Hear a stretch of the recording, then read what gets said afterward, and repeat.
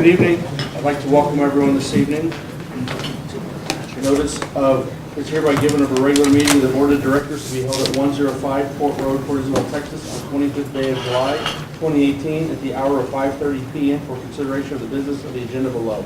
This notice is posted at the office of the district on July 19th, 2018, at 2 p.m. in accordance with the Texas Open Meetings Act, Texas Government Code 551-041-551-050, not less than 72 hours prior to the time of the said meeting. We do have the presence of a quorum. All board members are present at this time. Number 2, can we please have everyone stand for the invocation and the Pledge of Allegiance? Pledge allegiance to the flag of the United States of America and to the republic for which it stands, one nation, under God, indivisible, with liberty and justice for all. Charles or Eddie? Lord, we ask you to bless us today with your wisdom. Allow us to make good choices for ourselves, for our organization and our community, and all of our visitors that we serve. We ask this through Jesus Christ. Amen. Amen. Moving to item 3, invitation to the audience for public comments. That includes staff and board. If you publicly want to share something, ask something. I do, Yes? yes. We've been working on our budget, and we haven't been able to complete the full projection of we need maybe one more day to complete it all. And I wanted to let the board know that we want to meet with the committee on Friday, and then next week, we'll send you an email, see what day you guys are available to have that noon workshop for the whole board. Because tomorrow is not going to, we're not going to make it by tomorrow. No. So So you'll be hearing from us. Monday? So We're committee, meeting tomorrow, or what was the? well, it was like a workshop meeting at noon. Sorry, we can't do this under Yeah, comments. this is Oh, We can't do this a under little comments. different. Yeah. If you'd like to include this in your manager's report. can we? You, So there's nothing for you Yeah, to so make you could decisions do- right yeah, now. I'm not right. asking you guys anything. right, so Yeah. he stated just- his comment yeah. and then, And that's what I was. Say, okay, That's thank all. you. Yeah, That no, was no, what I no, was- no Right, questions for you right. guys. That's There's it. no questions. There's that information that That's it. I'll be calling you, and then giving you the information, probably tonight. You get an email. We'll just send a Yeah. confirmation of whatever works. there you go. There you go. Yeah, thank you. Staff, board, anyone else have anything to share? Ed? Moving to 4, consider and discuss the possible approval of the minutes of the regular meeting of July 11th, 2018. And had a chance to read those minutes. Any questions or comments about the meeting minutes? I read them, I think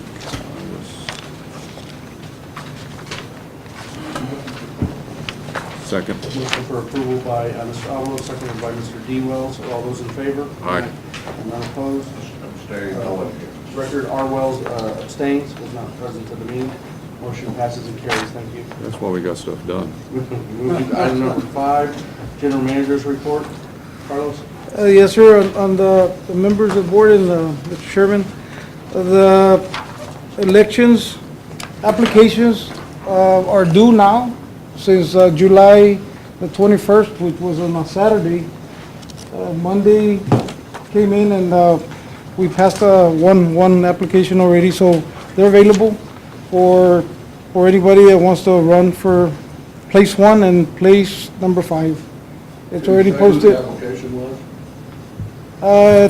Yes, I do. But can I call you on it later? Can I call you later on it? Let's This- confer with I mean- legal on this, before we You- go Like you public asked- with candidate? it. I just Yeah. want to do what applies. Yeah, I mean, you can discuss it. Under- That's Not a not, discussion, right. I mean- No, It's no, not a just discussion, I who's mean, Close yeah. the, Yeah, just right. close the applicant. Public information. Yeah, you could disclose the applicant. Okay. Just the applicant name only. if you It's want. Rudy Garcia came by Monday morning. Yeah, there's It's all- nothing nobody else. confidential about an No. application. Already do that. Could be, it's gonna be open Yeah, anyhow. it's fine. The other, they gave us information on the early election dates. And the only 2 places that we have right now listed is Port Isabel and South Padre Island on early voting. So we're gonna figure out that I told Mr. Garza, Remy Garza, that we needed Laguna Heights and Laguna Vista. So there's no elections over there, so he said, well, let's hold off, see if there's anything going on at a later date, and then we'll come back. If not, it's gonna cost the district a little bit more, and I said, well, it doesn't matter, we need those sites. So, How can there be no, it's the fall 2018 elections in November. All the congressional seats, everything is up So- for election in November. You That- don't want to do Laguna Vista? well, This he is for kinda, early- he for kinda early mentioned, yeah, this is for early voting, the That's sites. half the population nowadays of the Yeah. voting public here for this block. Yeah, we told him that. No, there's as many people in Uh-huh. Laguna Vista as there is voting Port at Isabel. South Padre Island and Port Isabel and Laguna Heights combined. So we did mention that to him, so he's still looking into it for us. We still have plenty of time for that, but we just wanted to give him heads up that we need that area for early voting, and we'll see what he comes up with. He gave us an option, like maybe one day South Padre, one day, because he wants to combine the staff, but I don't think we'll go that route. A question would be, Mr. Houston brought up, that's state and national elections, and the county has some obligation, local, state, and federal. So the county's got obligations to take and make ballots available throughout the county. Right. So- And the other places, So the question is, are they not required to have early voting in all these places? yes. The early voting, as a matter of fact, you can vote anywhere in the county. There's like 3 places in Brownsville, well, I can't remember the rest, but you can vote anywhere. It's not But precinct. our area here is only Port Isabel and South Padre So for our. the county meets their obligations by having countywide elections for county, state, and federal. You can vote at any early voting polling location, regardless of your precinct. But not the district, because we won't have a ballot available at any early voting booth. You For polling can- place. You can, you could. There is. you Make could- it provided. There is gonna be. They it. did that for the bond election in October. We called them and they went ahead and distributed what was needed for the election. Correct. On the bond election that we were having, and they also had it here in Port Isabel and South Padre. But Okay. they had it Didn't have it throughout on, the county they as didn't well. have it in Laguna Vista. No, they didn't have that as a polling place. Or even at that election time. day. But all the other polling places within the county, they had the information, so anybody could have voted anywhere that. where there was I believe it's a polling. consensus that we would like to have just Laguna Madre Water District-wide voting representation. And we have relayed that message to them, sir.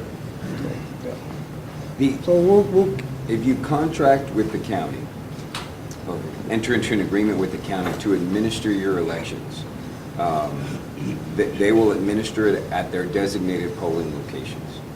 If you would like, we could discuss the option of adding an additional polling location in Laguna Vista, but I don't believe, based on my previous experience with them, that they're going to open a special location Yeah, that's Mr. at that Galvalo. for that request, but we could do it, Yeah. as long as we administer feet. it per regulation.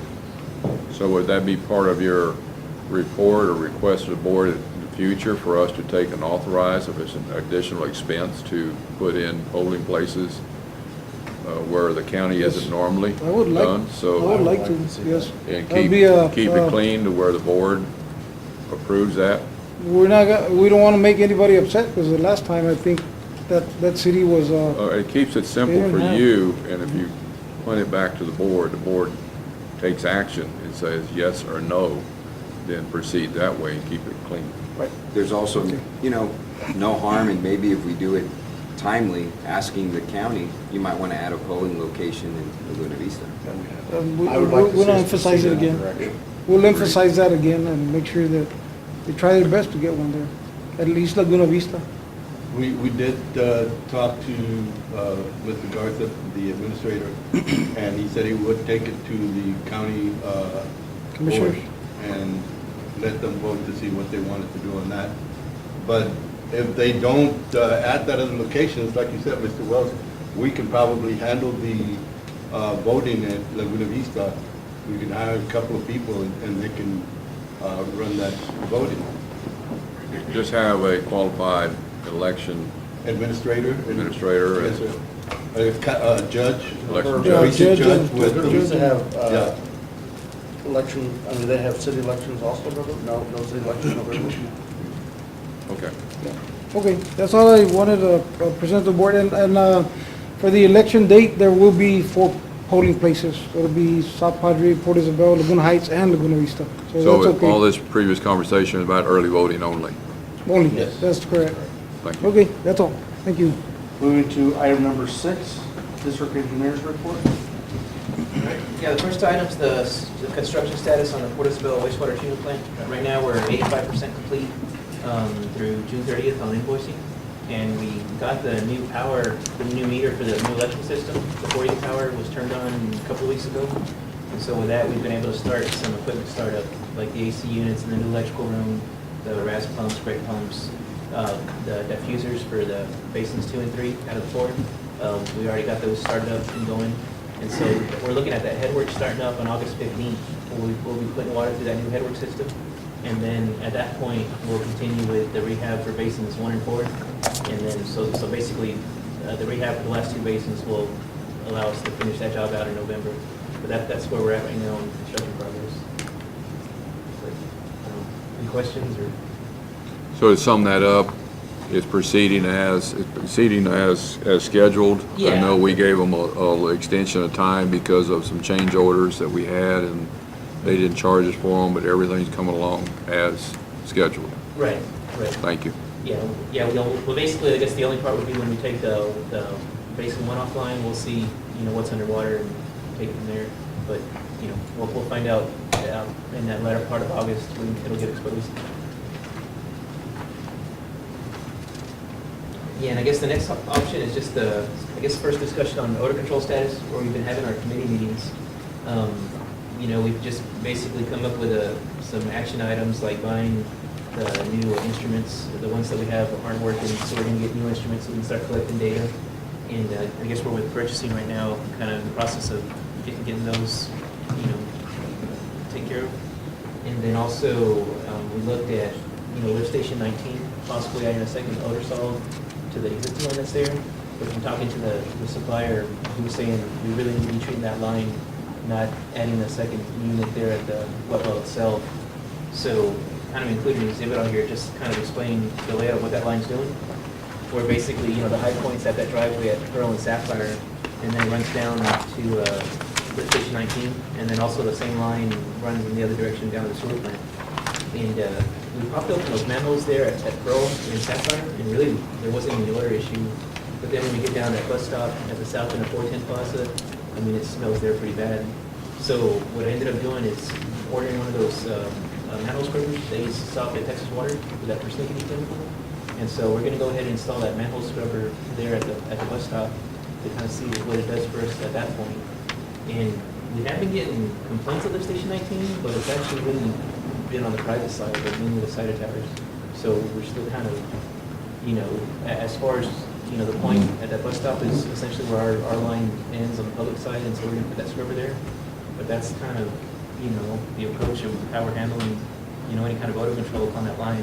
What do you mean public and private? You talking about the private side, and so the odors are coming from the private side, not from the lift station? Yeah, like as far as the complaints, it would be on units in high-rise. Okay, so it's coming from the property, the same old thing, to where Right. they're having issues, so that's not on our side or responsibility or concern. Exactly. Yeah, what Yeah. happened is that TCQ was notified on one of the complaints.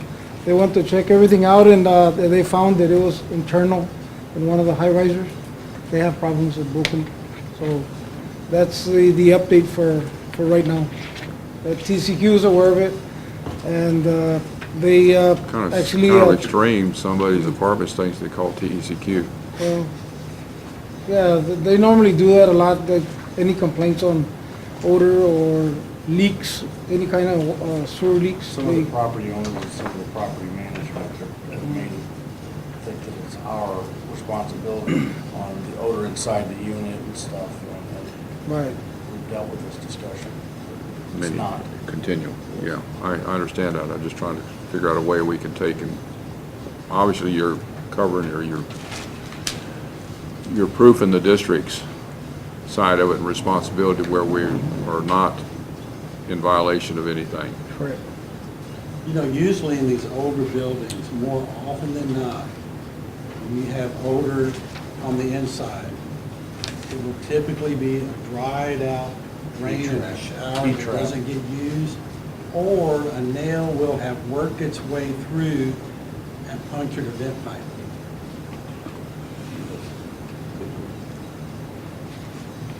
Yep. We had that discussion with one of the property owners and one of the property management company, and they did something like that. They flushed the line a little bit or something. One of the contractors that helps out, they showed me some pictures on the piping inside the walls that were all corroded, they had holes in them. On their side. Yeah, they had like steel pipes that were corroded. Anyhow. Thank you. Yeah, so I mean, we're going to continue to have committee meetings and kind of work with ordinances and use control, but that pretty much wraps up the presentation where we're at right now. Ordinances on this, from a city level? Well, Recommendation? Or with the district, like as far as improving our maintenance of grease traps at restaurants, trying to develop some policies. Well, that's my question. That's a city, that would be a request we would enter, or Condala would have with the city. Interlocal, thank you. I suppose. And to address that, and But some of them can be addressed on our side of new construction. And if I can add, Charles, if you don't mind, and then Alex can chime in. We've had, what, 3 or 4 meetings? Yeah, at least Something like 3. that. Real good representation of staff. And I think the main impetus of all this is, the first thing we want to do is we want to try to come back to the board with what we feel like is a viable, affordable solution.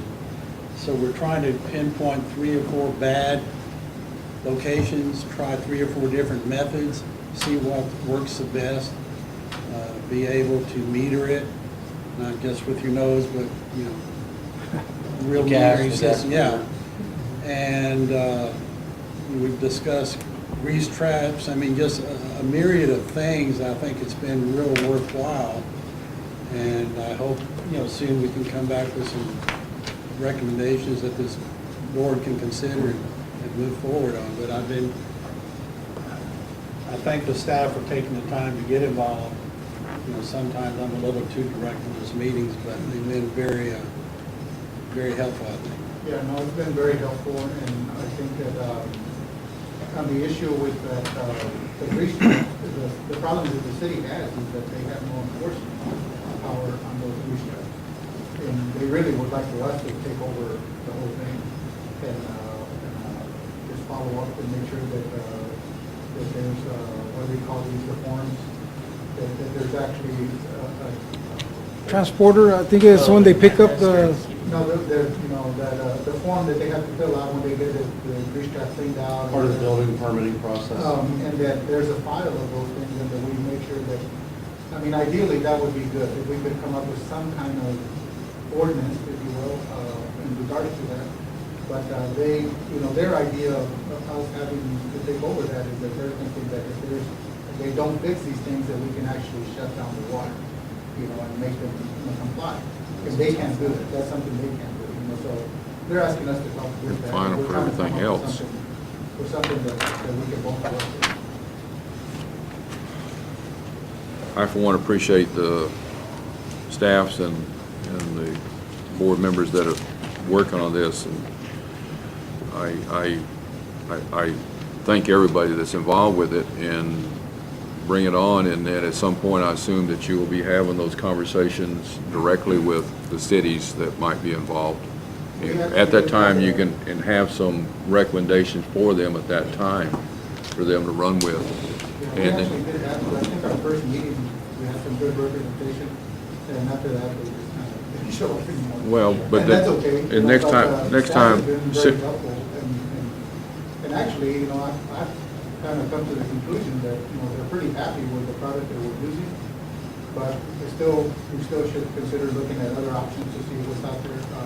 As long as we continue to have a problem somewhere, we need to try to figure out how we can fix it. all I'm looking for is all the hard work that's going into this, at some point that y'all come back with a plan or recommendations that, to the board for us to take and implement and allocate the necessary expenditures for meters, or monitors, or whatever you come up with for us to take action on this pretty quick. The justification for us is gonna be to add more money to that program. That's really what we need to do ultimately, for odor control in general. But it'd be nice to come up with another tool. Well, or there's other options that we can use to. at the same time, you're gonna come up with a plan for what I'm gonna characterize as the offenders, the repeat offenders. And, you know, essentially, whenever you know it's happening and their lines are plugged on their side, if we have to go in there and deal with it, they pay. Yeah, And so we need a fee structure to go ahead, we need to go ahead and have a policy in place to address everything we're discussing Yeah, here. and that's one of the things I've noticed, that some of the stuff that we're working on and talking about actually involves the policy, the customer policy side of it. So we're kind of working on, I'm on both of the committees, so we're kind of having to deal with both of them to try to come up with a plan. And I'm just saying, bring it on. Thank you. Yeah, that concludes the report. Just, like I said, we're good. Thank you.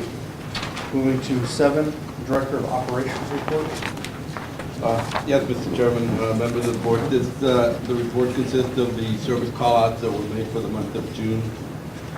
In the distribution side, there were 217 calls that were made in the different categories of customer service call-outs, distribution, sewer plant, the managers, and follow-up. And then it's broken down into the different areas on those calls. Water taps, occupant change, turn-on service, low pressure, work on meter box, disconnect, district leak, informational profiles, meter test, faulty transmitters, reinstate non-pay customers, repair leaks, work on anchor valves, follow-up, call-outs, change meters, and relocate meters. Yes, sir. I just made a note for myself, and I thought it would be something that we might consider now. We get these reports right along, and they're always very helpful for me, but a lot of what we're going to be anticipating with our new metering system will alleviate a lot of these expenditures. So my thought is maybe we take and go from kind of a tabulation of all these figures over the different, you know, save all these numbers and all these expenditures we're doing. At a future date, we can come back and say, well, this new metering system has alleviated this amount on the quantified, thank you, of this. So keep the numbers of what I'm suggesting you do, and even tabulate them into even an annual report or something that we can look back at the future and say, it's working or not as well as we thought it would work. See where it's helped us and cut money. We were sold on the progress, on a lot of the meters that they were gonna save on labor, they were gonna save on our trips out there to check and all our meter checks and et cetera, so I'd like to think that this would be helpful. Evaluate the value of the expense. Exactly, thank you. And I'd like to, for the next meeting, get an update where we are on the meters and numbers and installation timeframe. I know you've been gone or out, but for next one, if we can get a full update as best as possible for the next meeting. Well, that was We can't disclose it here now, but on my report, that was part of it, as to what I was going to report, besides the call-outs for distribution and for collections. yes. I also had a couple other areas that I wanted to report on, and that was one of them. We scheduled a meeting with Karen for August the 14th. Unfortunately, she has had a lot of trouble getting her staff together, and since I was out and then we had some other staff that was out, we finally got it scheduled for August the 14th, so we're having a kickoff meeting. At that point, they're coming down, they're gonna meet with us, so that it'll be about a 3-hour meeting, and we'll find out exactly when we're gonna start and where we're gonna go from there. Then, yeah, so we could put something on the agenda for the 22nd then. Okay. Meeting of the 22nd. Yes, sir. And then the other item I wanted to mention was that the information to TCEQ on the revenue note is at TCEQ. They will notify me if they need any further information or when when they approve it. So we're just waiting on them at this point. And then the last item that I have was on the vacuum truck that we rented out. Apparently there were some issues with the truck that we initially got the first week. So because of that, they gave us an additional week. We don't have to return the truck on July 30th. We're gonna report it or return it on August the 7th. So they gave us an additional week to make up for that first week that we had problems with that truck. And as we said last meeting, we were hopeful that while that truck was here, that y'all cleaned up everything that needed to be cleaning up. I was just getting to that. Thank you, thank you. Yeah, and right now, I have been talking with collections with the manager, Joey, and they are coming in at 6 o'clock on a daily basis and doing the clean out on the South Padre. The problem there at South Padre is the sand that gets in the lines, so that's what they're trying to clean out at this point. And because that truck it has a bigger hose, it's able to suck that sand out of there a lot better and a lot faster. It's a PD. I'm sorry? It's a PD system, positive displacement, something like that, as opposed to just the air vacuum, Right. more efficient. And that basically concludes my report. And they are going at 6 in the morning because the Right. sun gets too hot after, after hours, afternoon. I'm out there, Oh, they'll be out there. Yeah. They get more work Loosens up done. the sand. That's it. Thank you, Robert. Yes, sir. Moving to item number 9, consider and discuss residuals management of, I'm sorry, I skipped 8. Excuse me, number 8, presentation to discuss seawater desalination, distribution, and concentrate disposal. Proposition 2. Yeah. Oh, yeah, let me close the mic. I guess,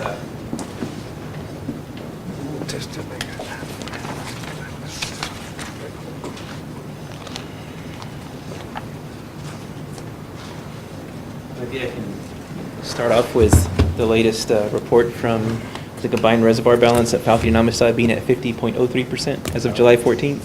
So of course, one of the measures we've had in place for drought is the seawater desalination. And the site that we had in place at the time of the election was up there at the north end of the island, more or less probably north end of the Pinnell track if we buy something. And so right now, we're kind of looking at options. Really, in the pilot phase, we didn't see a good plan in place for disposal of the brine. And so that's kind of really why we haven't moved on it, because between the deep injection wells or finding a way to discharge, back in the bay or somewhere or the Gulf, it's kind of was sort of left as an unknown, which really is the reason why we've deferred on that project for a while. And then now we're looking at an option of having an intake here at the Port Isabel Navigation District and basically blending it with the river water and using Water Plant 1 facility as basically the existing plant would be pretreatment, and then we'd have RO as a secondary treatment, and that could be our option of getting a seawater plan in place within budget.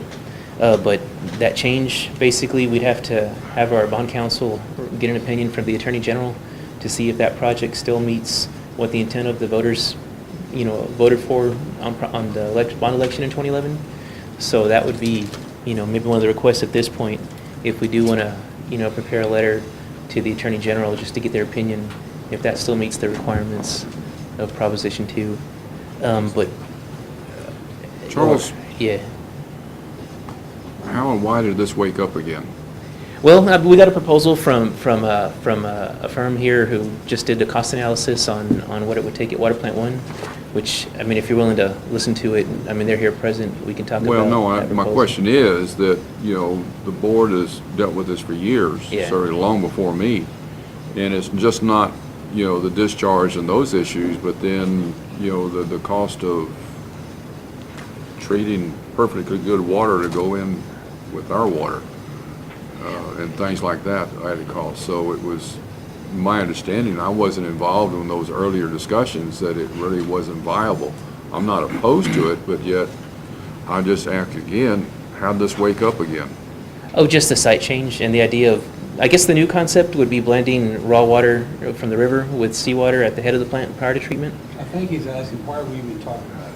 Oh, well, I mean, just because we Yeah. have the authority. I mean, essentially, you know, we were pursuing advanced water treatment for a long time, but we really don't have the authority for the sewer effluent to go back to the reservoir. We don't have a mechanism for funding that. Well, we kind of nixed that too. Right, right. And so really where our authority lies today is Proposition 2 And we're and kind of, seawater. it's still at the balance of, you know, I'm all for RO treatment, but then Right. we're kind of at the crux of this, of what we can use from, you know, river water and treat it the way we've done for the last 80 years. Yeah, just, And go from The gentleman behind kind of have something. that- Let me, Go ahead.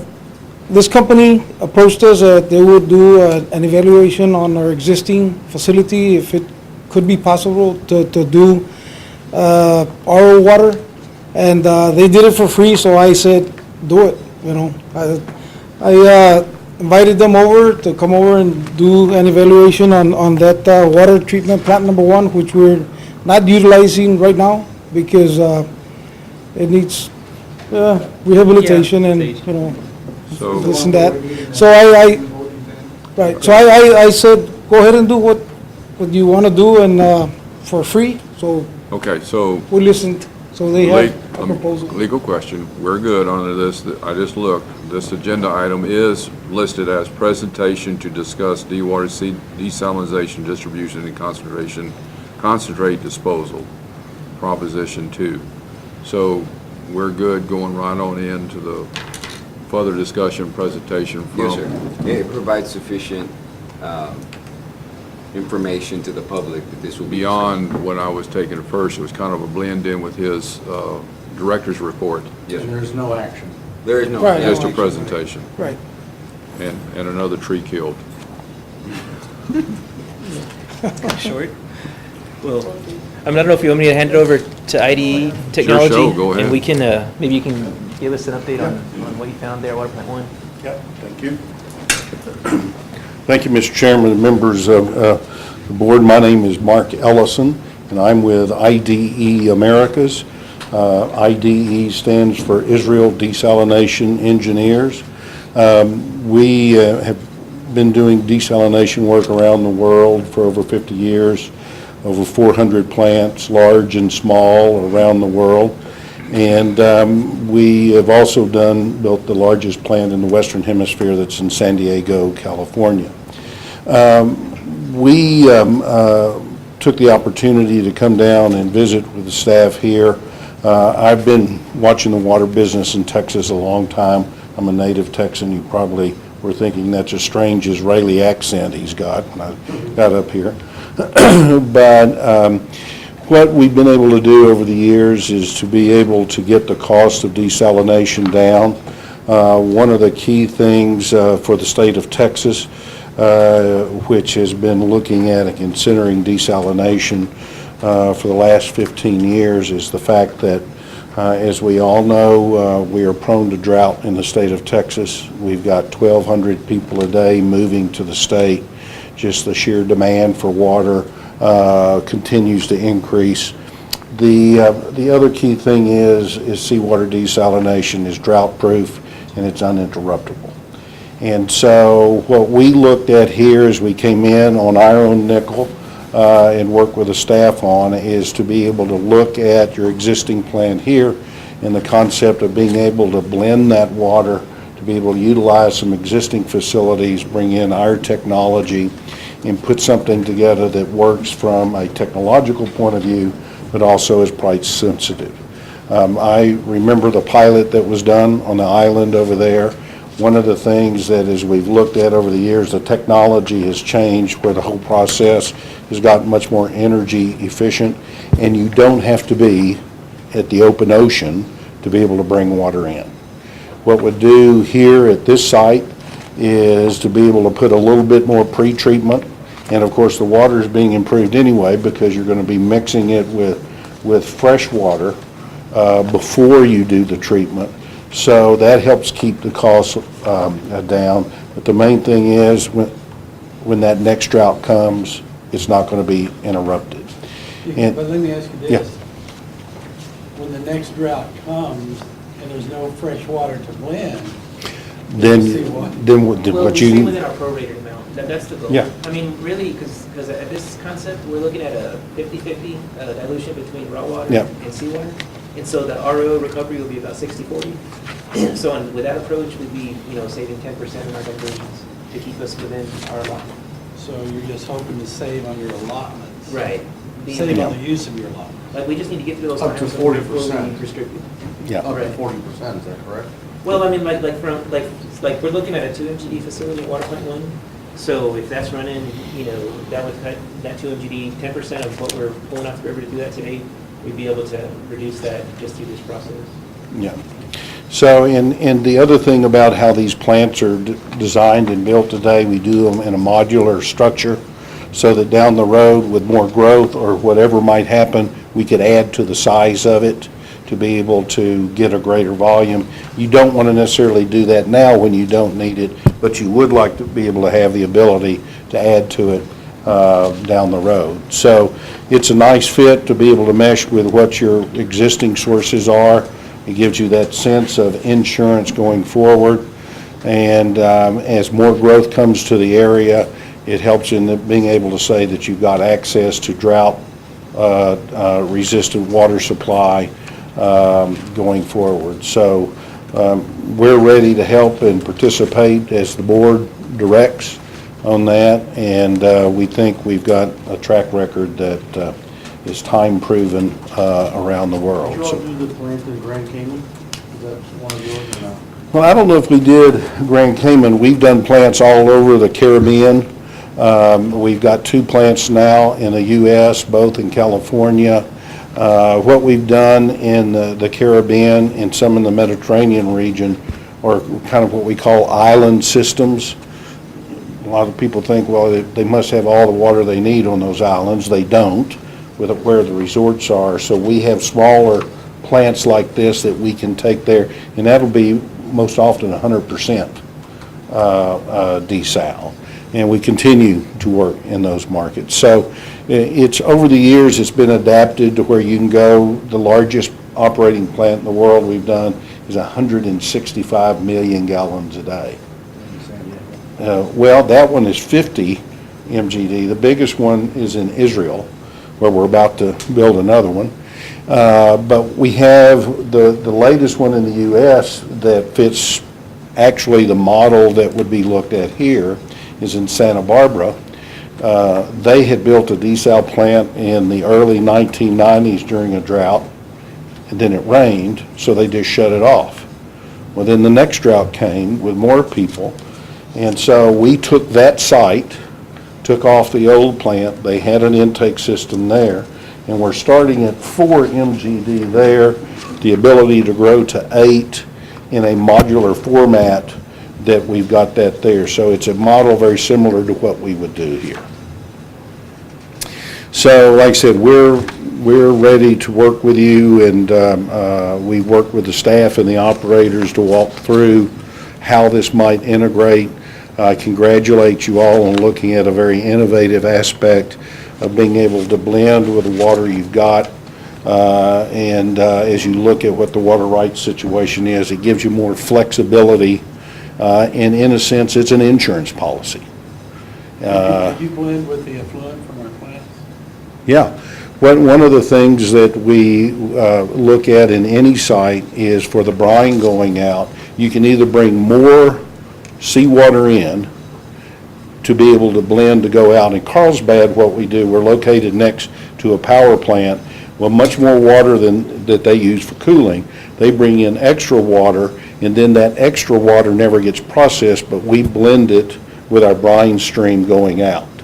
Now, one thing about it is that, and we've been working with TCEQ on looking at this, that brine dilutes pretty fast and in a pretty small area, and with traffic that you've got out here in the port area will help. But having the ability to be able to blend that a brine stream with what you have coming out of the wastewater plant, you can do that too. The thing that is attractive about the site that we've looked at here is you don't have to go develop a whole new site.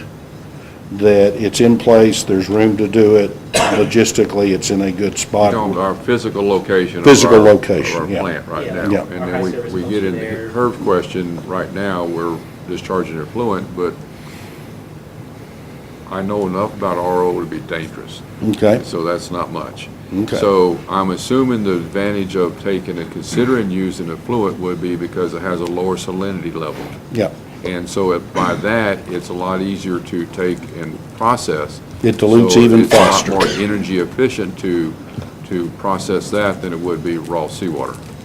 Well, then you can do a reuse component too, but then you're still tied to water that is dependent on rain.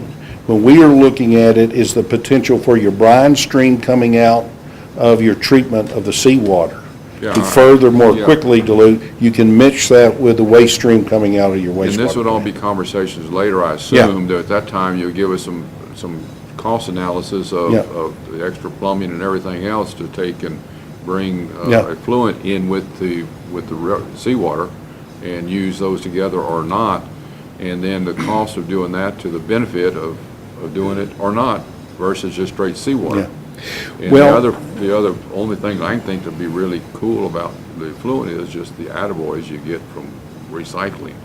Well, But on that could be the, more expensive than just straight seawater. well, in the reuse side, we actually are proving out a new technology in California now, where we're doing just that we're taking treated reuse with doing a final finishing stage of it and taking it to potable water standards. Now, California still doesn't allow you to use it for potable purposes, but in Texas during the last drought, Wichita Falls did it, Big Spring has kind of done it, and we're doing it in Pismo Beach right now. And the thing about it is when you look at using raw river water, potentially wastewater, and seawater, is you've diversified your sources. And you can develop a system to be able to utilize all of that for a raw stream coming in. The one thing that you'll have to, it's a different type of permitting progress for reuse. It's pretty strict for It would good trigger reason. UV treatment. Yeah. Yeah. So that is, but we are fortunate to be in a state that has a pretty reasonable permitting structure here. And so you're in a good spot that you've got those options to be able to do that. And once again, it's an insurance factor. And so you brought this down to, Charles, Oh, this yeah, is there's two proposition Yeah. 1 and 2. This is kind of the final analysis of what. Well, this, we need to do the intake Is this the structure. new- My question is, this is new or this back to the 2010 study? These, No, this is an entirely new Proposition study. one. These are current numbers. right, So, but we have both in here, I just want to keep it separate. well, the only reason why the old study's in there is because we need to get that opinion from the Attorney General that it's essentially the same project. I'm with you, but Yeah. from my understanding, this proposition 1 and 2 is just in our conversations with most current projection to consider. Yeah, like right now, I mean, for option one, doing a 70-30, I believe that's correct? Yes, right, so with 70-30, we're not really hitting that goal of reducing our diversions off the river, so at a minimum, we need to look at 50-50. And like that, Okay, we'll be able to. proposition 1 is based on what, 70-30? Yeah, 70 raw water and 30 what? No, 70 river, 30 seawater. But with the recovery on your RO system, because you're going to lose a portion of that, I mean, it defeats its 30 purpose. seawater? Option two in their proposal, yeah, would be where it's 50% river, 50% seawater. That's the one where we can get a recovery off the RO stream around 65%? Yeah, around 60%. So that would reduce our diversions off the river. Right, So, right. so on And it still goes to a little bit back to what Mr. Houston was saying, if we're out of water, we're out of the water.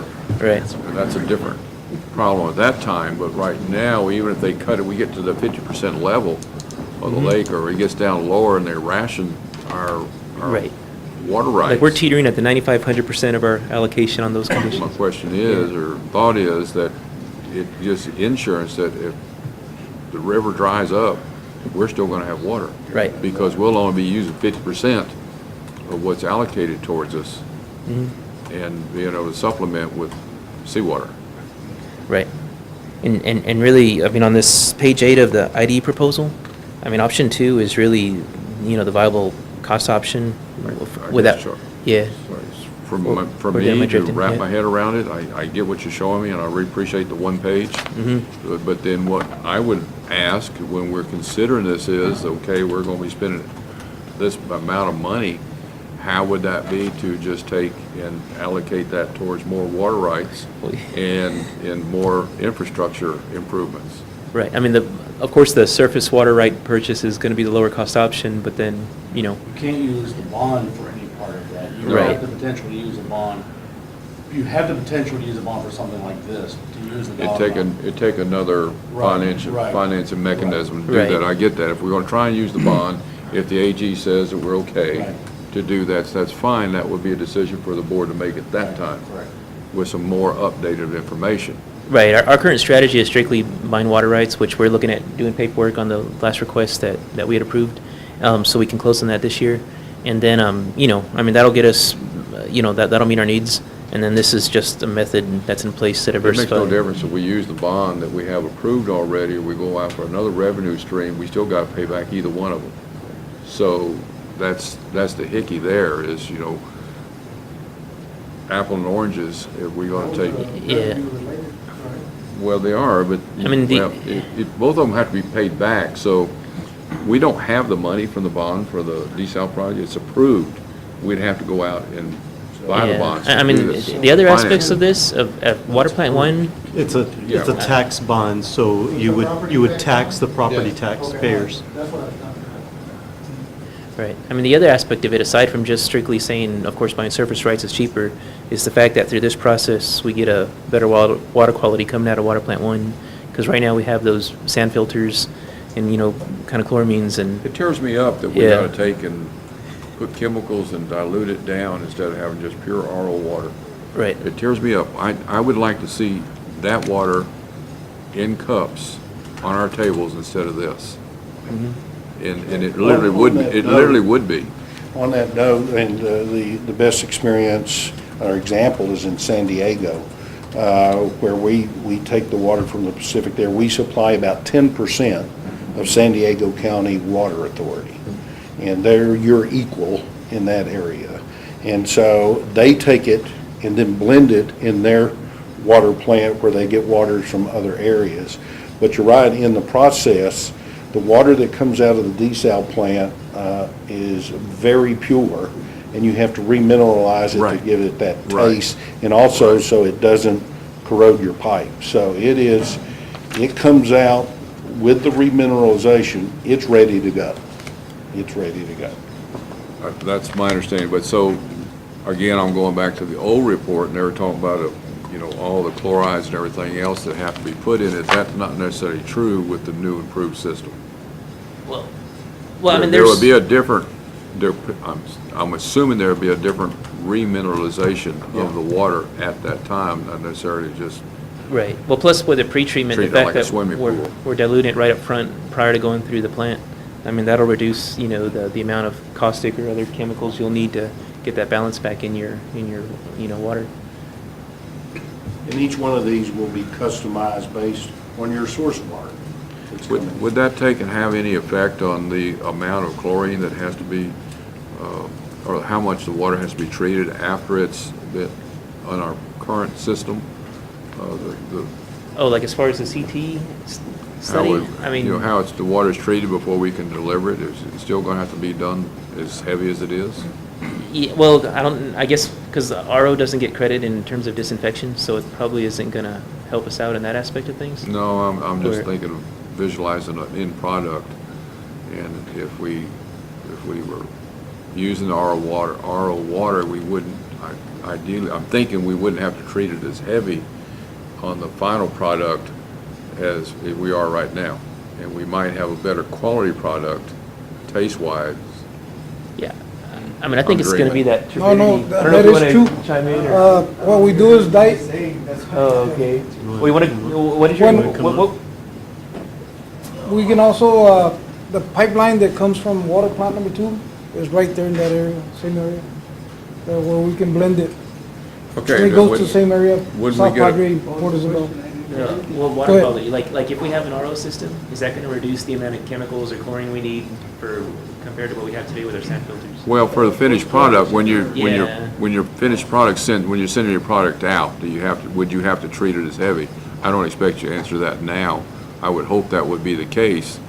And another thing is, I would hope that this much more pure water reduces the minerals or the calcium and everything that's in our water now. We'd have a lot softer water.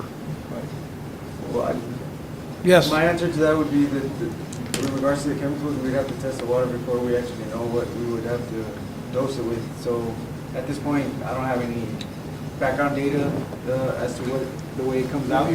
So, Maybe you might know a little bit about. Well, and I think that, let's make a note of that Yeah, question. we make a note of that. We'll make a note and get back with But the to answer staff your with question, that I mean, answer. and get Yes. back we to pass you. that through the remineralizing system, it's a limestone filter, so Right. definitely, yeah, Right. definitely the chlorine, dosing will be a little bit less than what you're Right. doing But it'd be a lot softer water, if you will, Yes. Yeah. because of, don't have the limestone involved. Kind of the key word is this something to pursue and have a workshop, and is it an effort? And I mean, it's kind of the. Yeah, the question is, you know, Is it something to keep moving forward? I mean, if it was brought to us. I say yes. Is it something to look at and pursue? And I wanna it takes learn more. It's gonna take, Yeah. in reality, it's gonna take a 2-hour workshop Yes. minimum to get discussed and start from A to B. And that's, and if you wanna move, I'm in favor of listening and learning and seeing if it's applicable and what applies. I would like, before I do that though, to see if you have the bond proposition, if you were to do anything, if First. money is readily available and you can convert. Otherwise, there's, you know, that takes the conversation into a different direction. Right. right. So I mean, at this point, like, of course, we need to add costs for the intake structure. That's not in this estimate.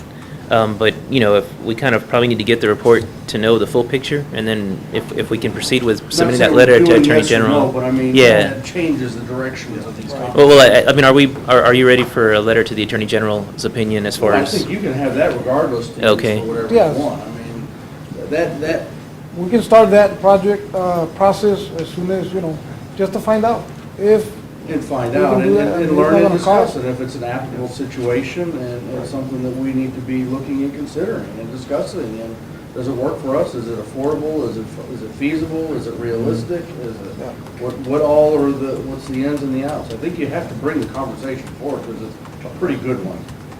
That's my opinion. and then this Agreed. intention is to absorb what's in there and, think about it. At a later meeting, we'll say, okay, we send letter to the Attorney General and we work something out, or we did, and then we'll bring it back to the board and then we'll decide later. Yeah. And I agree with our chairman that it's worth looking into this. A couple of things. We first need to find out if we can use the money for a project like this, number one. Number two, is it worth, and maybe you guys have some information on this, because I'm sure that it's gonna take up whatever revenue we have access to and then some, before it's all done. And one of the things I've been thinking about is, are these projects worth pursuing as a regional project instead of just us trying to do it on our own? Wholesaling water is the future. Yeah, well, let me, in full disclosure, before I worked for IDE, I was in the governor's office and of Texas. This is not a New Hampshire accent, you can bet that. And in economic development, but the last part of that was during the drought, when Governor Perry realized that we had companies threatening to leave the state because we were running out of water. And we began to look at, and the Water Board and council over here has been involved in another hat that he wears, of being able to look at what that potential is for desal in the state. One clear thing about desal, the bigger you get a plant, the lower the cost per unit goes. And now that's something that has to be decided at the local level, if you want to be able to do that. San Diego County's a good example. They're the wholesaler. They sell to the communities in the whole county. So they've built a network, a grid. In Israel, it's a water grid. And basically, Israel's about the size of the valley. And the desal plants put water into the grid system. There's a grid operator that distributes it to the communities and the farms and whatever there. But the right hand kind of knows what the left is doing to sync that up, including on the wastewater side. So, you know, as you look, Rio Hondo's up the road and wherever else, you know, that would be something that could be done. And even if you start with a smaller one, as time goes, it may be something that you want to do. That would be my question. Along with that, I assume that whatever we're considering can be expanded. It could be kind of modular, expandable. Yeah. And then, that, you know, the way that works and what we're doing with customers is when the customer calls and say, look, we're going to hook up or share or cooperate with our neighbor, or we've got a new industry come to town, to let us know. And what do we figure, 18 months from about time of notification to be able to get the unit in place and operating. So there's that. The other thing on the financing side beyond your bond is the Water Development Board has funding available, and they're anxious to do desalination projects. And in those projects, you get added credit if you're cooperating or partnering with other communities. So, you know, that capital is there. And I think what we're prepared to do is to answer these questions, to be able to come down and have a full-fledged session and walk through it with our experts, look at the site, answer what are these options. We're prepared to do that.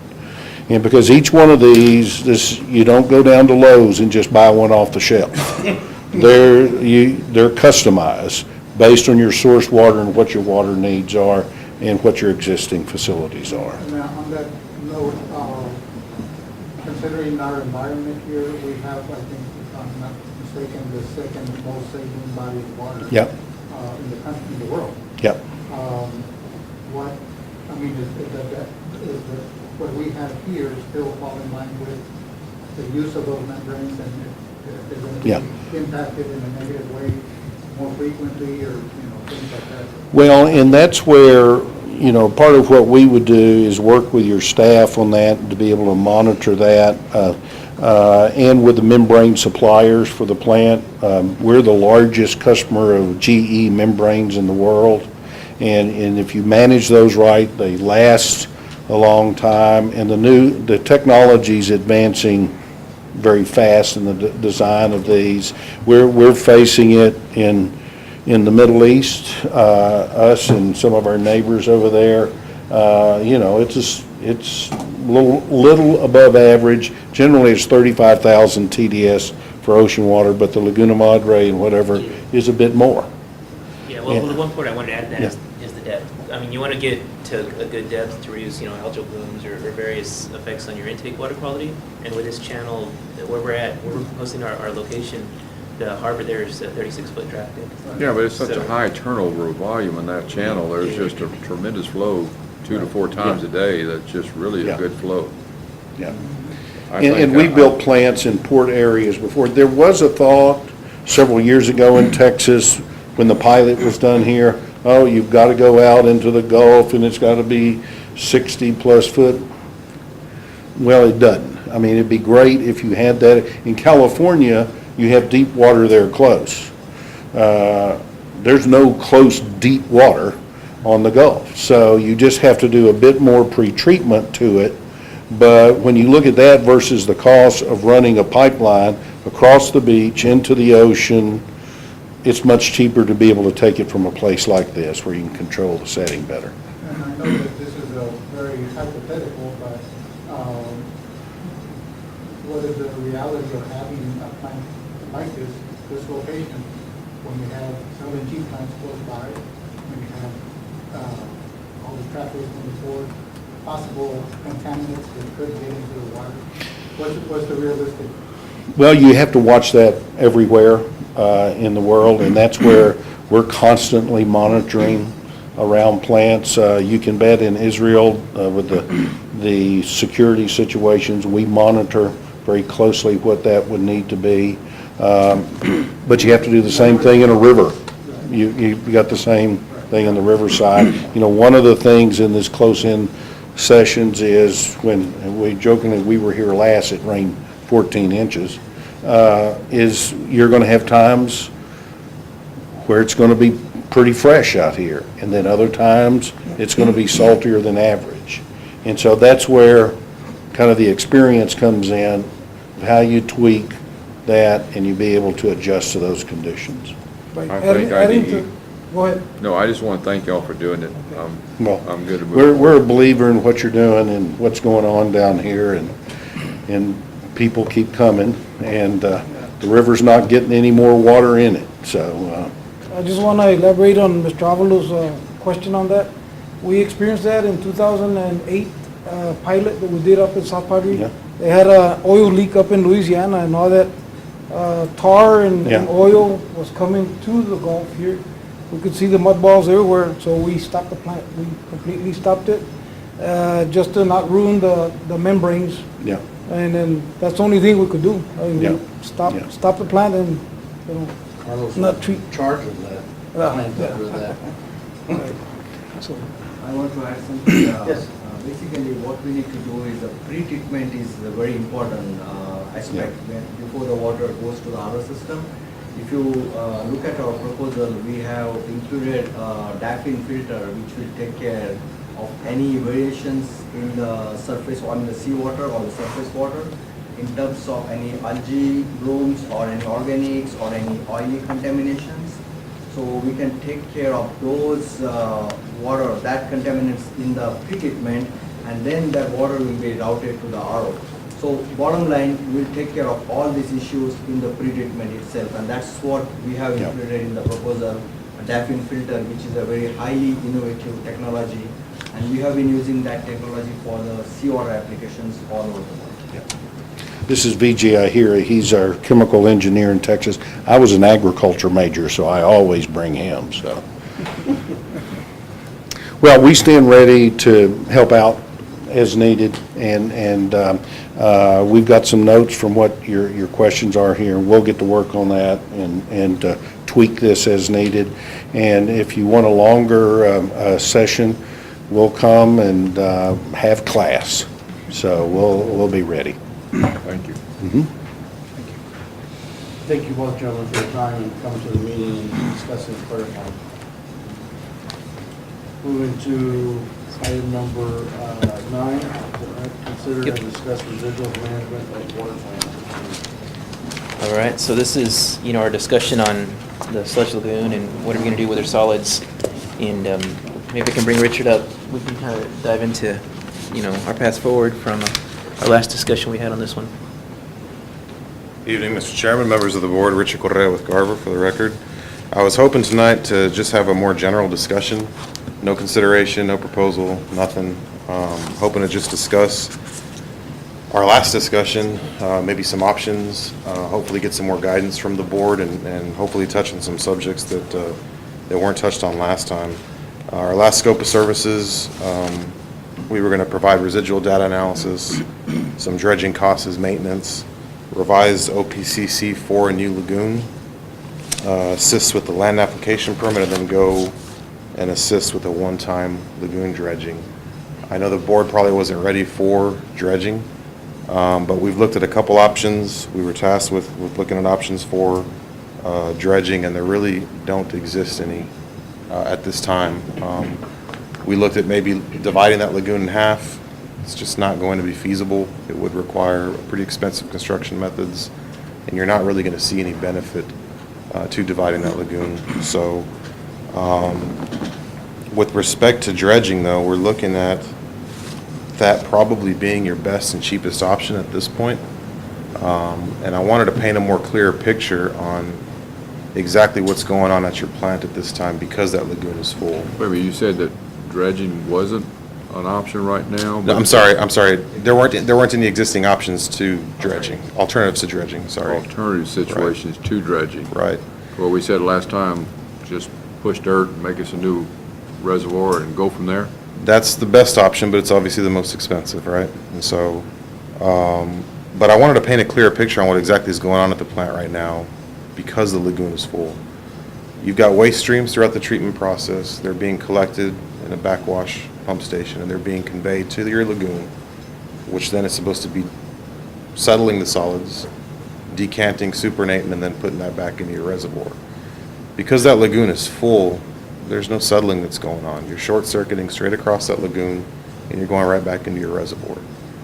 So every day that you're sending these solids over, you're incrementally losing capacity in your reservoir. Building a reservoir. Very, very small, small portions, right? But it is happening.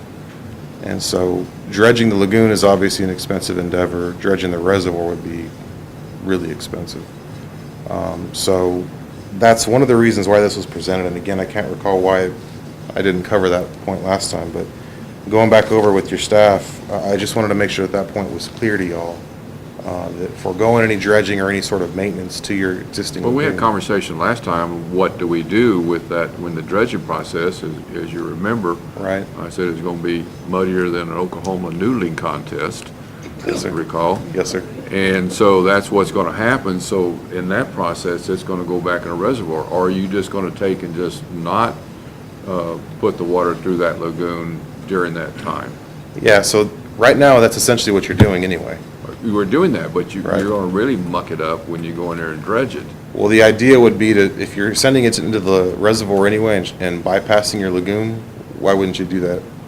to Because begin it's going to be a with? heck of a lot more stirred up. Well, at the Yeah. time of dredging, we could possibly rent dewatering equipment and send the silt through the dewatering process before we, let it go. Sure. Make our waste product. That's to be determined, but that was part of our effort in here, is to assist the district for y'all to. So is the other pond, creating a new pond, just more expensive just because of it's going to be bigger, or, doing something equivalent size to start with? Right, well, it's a capital investment project, and it's, Right, well, yeah. so capital investment or maintenance costs Right. is still money out of pocket. Sure. So, And at some point, if you're ever gonna reclaim that lagoon, it's gotta be dredged, right? You're just gonna have a place to send, no, you let it Sludge. dry and then you haul it out. right? You put in some well points and de-water it and Sure, carry it out. sure. I'm sorry, I interrupted you. I No. would like to hear more. Not a I'm problem at still all. bewildered, and I guess at some point you'll bring us some cost proposals for, creating either dredge, you're saying now, dredging the existing lagoon and have provisions to take care of the clarity of the water. That's right. And you'll have provisions, or you'll have proposals for creating the new settling pond, which we're going to have anyway. That's correct. And those are all efforts that were outlined in the previous scope that we provided y'all? Right, all those topics were covered. This was just geared more towards assisting with the one-time dredging. And I don't think the board was ready to proceed with that, so. Well, but we yeah, didn't really all have that any was real covered. details of the dredging. Yes, sir. Of how to handle things that you're discussing now. Right, yep. So the other thing I wanted y'all to consider was taste and odor constituents typically develop in lagoons like this. And so if you're short-circuiting straight across there's a good chance that you're picking up some of those constituents. They're going right back into the reservoir, back into your plant, then eventually out into distribution. So in addition to incrementally losing capacity in your reservoir, that's something else that's potentially going on. I can't prove it here in front of you, but it's very likely that it is happening. Yeah. So, thoughts? I guess what we could probably do is redistribute this and have the board consider it Can I again? ask you a or- real wild question? Yes, sir. And a question for staff. Can the water generated by the district from water plant number 1, will it service the district standalone No, our demand's higher than what water plant will produce. at any time of the year? Right. So that plant can't go offline. Water plant 2 cannot go offline. Plus one doesn't have that microfiltration. Not for a long period. Yeah, I mean, I wouldn't recommend it at all.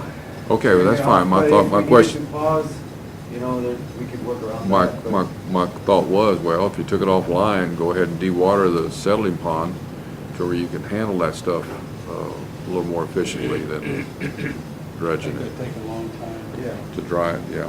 You know, I'm in favor of just building a new pond. I don't understand why it's so involved. I mean, I see guys on D5 Caterpillars all the time making these holding ponds and whatnot for the cattle. And, you know, that's what we've got to just do.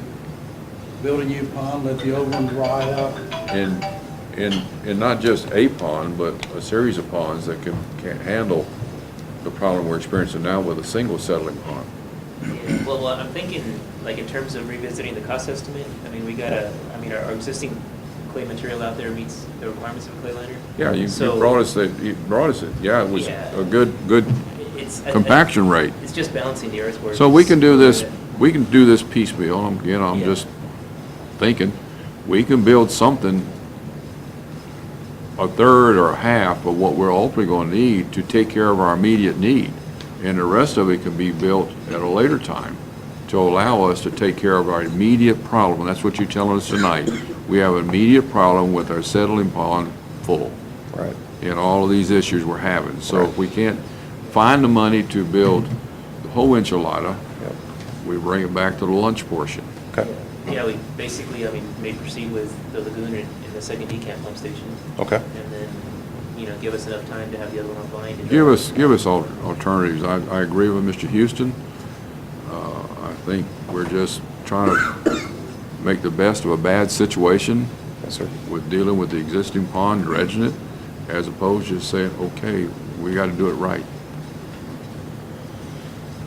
The cost, that's not gonna change. We're considering building another pond. Did we have that the last time? Did we have those figures? Well, We're waiting on some information from the geotech. Yeah, I you think we're you still got waiting that on some right of just that. before the meeting. That was the email you showed us. The report that we got was for the land application permit, but the geotech for structural, that's still pending. They had to go out there and do deeper bores, so we The can do reason I the asked that structural. question is because the cost of remobilizing equipment to come and do it again, if we only do half measures, might wind up costing more. Okay. It really gets Nice to see the difference between that. It really gets frustrating when we spend so much studying and planning instead of hiring the work done and just get the thing built. First time. Yeah, I have a saying, we do it right because we do it twice. okay. Well, gosh, I don't know how, I guess you've been here long enough to see the history of the sludge lagoon and how many phases have gone through here. Mm-hmm. Yeah, but still, for the money we're talking about spending for $100,000, we were talking about dredging the existing one. I would venture to state that Yeah, we could get dozers out there to go ahead and build us one for that much or less. And even line it, but we didn't have to have lining unless that comes up later. Just the existing dirt will be compacted, it'll hold the water in. Yeah, that's all we're doing, just building a pond. It's not gonna be real deep, is it?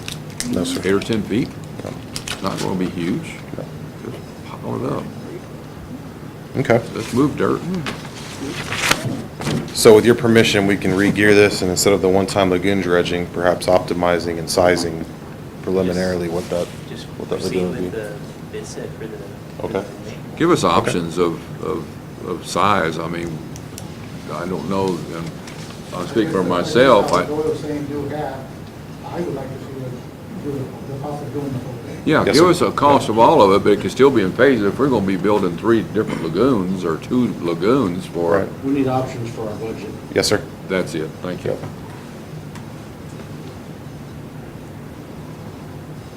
Got it.